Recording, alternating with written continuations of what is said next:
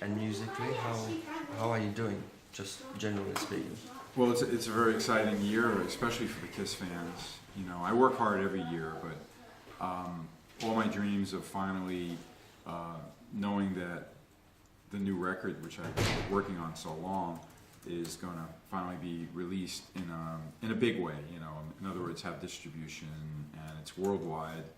This first time for any of my solo work that it has the help of a label distribution. And the other really exciting part of it is because Kiss has been so active and finally did a new record, a good record. Ace finally, after 20 years, put out a new record. It's just a very, if you know the word, fertile Kiss time, you know, for a new product that I think everyone is proud of. You know, the people that created it are proud, and the fans seem to be responding really well. So it's good for me. I'd rather come out with a new record after both Ace and Kiss rather than all by myself. You know? So this year is kind of like doing all the hard work to make it happen, and then early next year, late January actually, and then February in America. Yes. It's actually released. So I think this year is setting up my another big goal for me, which is to share the music with everybody next year.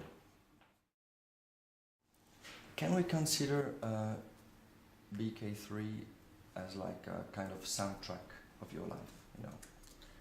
I do think that's a fair statement. Certainly it started with first song I wrote was I'll Survive, and you know the backstory about me getting shot on Sunset Boulevard back in 2003, and about a month after that I had this idea. It was the only lyric I had, was I'll survive, but I wrote the music, I had the music for it, and Fate was one of the last things I wrote, which is a kind of tongue-in-cheek representative of me standing out on my own. I don't have to live in anyone's shadow.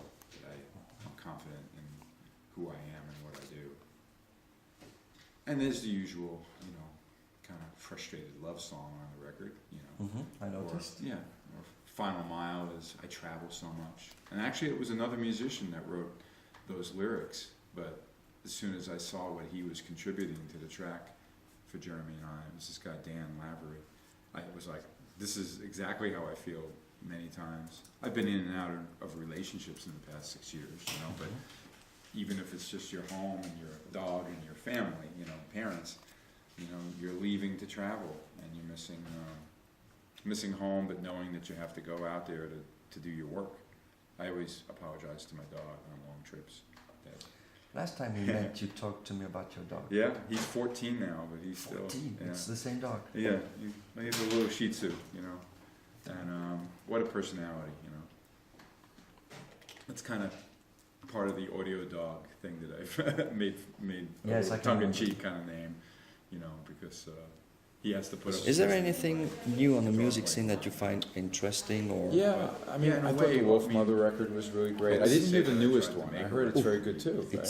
It's even better. I'm gonna get it. I heard someone else review it like that. Real to them. I love the Killers, even though they're kind. Almost, it is a reflection upon what's going on, for them, and it's never a dull moment for me. There's always something exciting going on. Without all the drugs and alcohol that some people need. No, I don't need Not that. my style. He needs. Yeah. If you had to choose like a Makeup. alter ego, a porcelain Kiss, if you had to. I always say I'd be the dog. The dog. If there was a cat, I'd be the dog. I was doing that to the waitress last night.